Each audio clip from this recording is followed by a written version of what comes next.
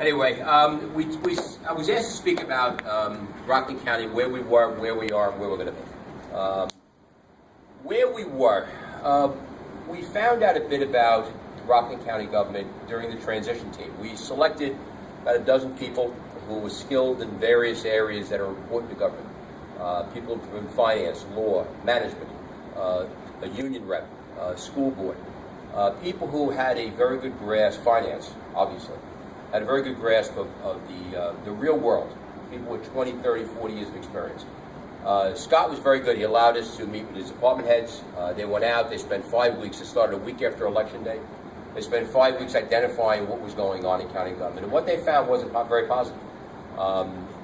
We found a government that, frankly, was floating. There was not much direction given. There were many things that had to happen this year that there was nothing charted out for. There was a lackadaisical approach, a bunker mentality in departments. Accountability was negligible. Basics that you would have, overtime controls, weren't there. It just really was not a pretty picture from an organizational viewpoint. We went into office, and one of the first things I did, in fact, I did it just before I came into office, we requested the resignations of all 25 department heads. We did get 25 responses. Of the 25, we had 3 who are no longer with us, probably a couple more who will not be with us going forward.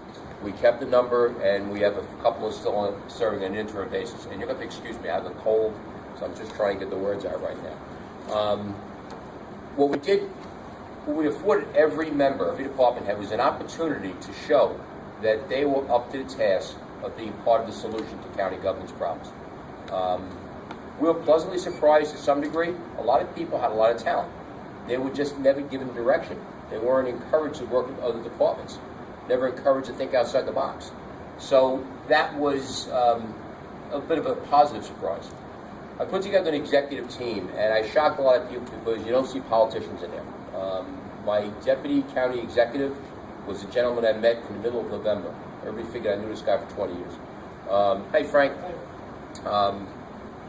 We pulled him out of the Army, the lieutenant colonel, highly skilled administrator. He's doing a bang-up job for county government.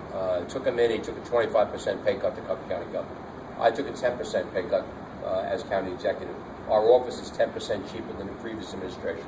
There is a narrative here that's going to continue, by the way. We brought in Dan Moscato, who worked with Senator Moorhan, a Verizon executive. He is my chief advisor. Again, brings a lot of experience to the table. Scott Salato, professional from WABC Radio. His charge is the communications for Rockland County, which is extremely important, which I will get into. We brought in Calor Monell as our new economic development director. Has shown a lot of abilities very early on. Some of the things we put into place, contract agencies, we are completely reviewing. All contracts that were outstanding and expiring at the end of 2013 we've requested a 60-day extension so we can measure them. If the 60-day extension was not granted, we would terminate and not go back to that vendor again. So we wanted to see if we get the best bang for our buck out of the contracts we had in place. Overtime, which apparently was not a big deal in county government, has become a big deal. Our finance department is monitoring overtime to ensure that these dollars are being spent properly. That has had a tremendous effect already on a balance sheet. The deficit bond has been procured. We had met, myself and the Deputy County Executive, we took a proactive step of meeting with the rating agencies in January. We wanted to understand that we knew the kind of shape we were in. Here's the plan of where we're going to go forward and what we're going to do. And we took an aggressive approach. I'm very happy to say that even though the rating agencies had a lot of distrust for Rockland County, they felt very good about the meetings we had with them. I felt even better when the bond went out to market, and we ended up with essentially a double A sale on something that our bonds are just one step above junk. So we did very, very well with that, and we had $11 million in premiums that came to us out of that sale. So it's all very positive things. Expectations. My deputy county executive, without even asking me, took my campaign plans and made a working model of action out of them. Now, he never asked me. He just figured, since I said this, it must be what I want to do, and he was right.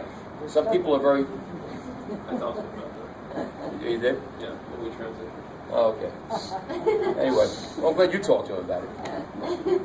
But anyway, he just put it up there, and we put it into action. And he basically told all of our department heads, this is where the boss wants to go.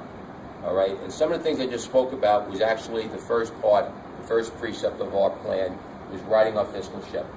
We already have we have a tourism department, tourism position. The tourism function is now part of the economic development function and also the workforce investment board.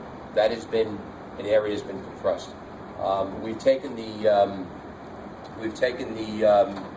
human rights director and placed him to oversee community development block grants.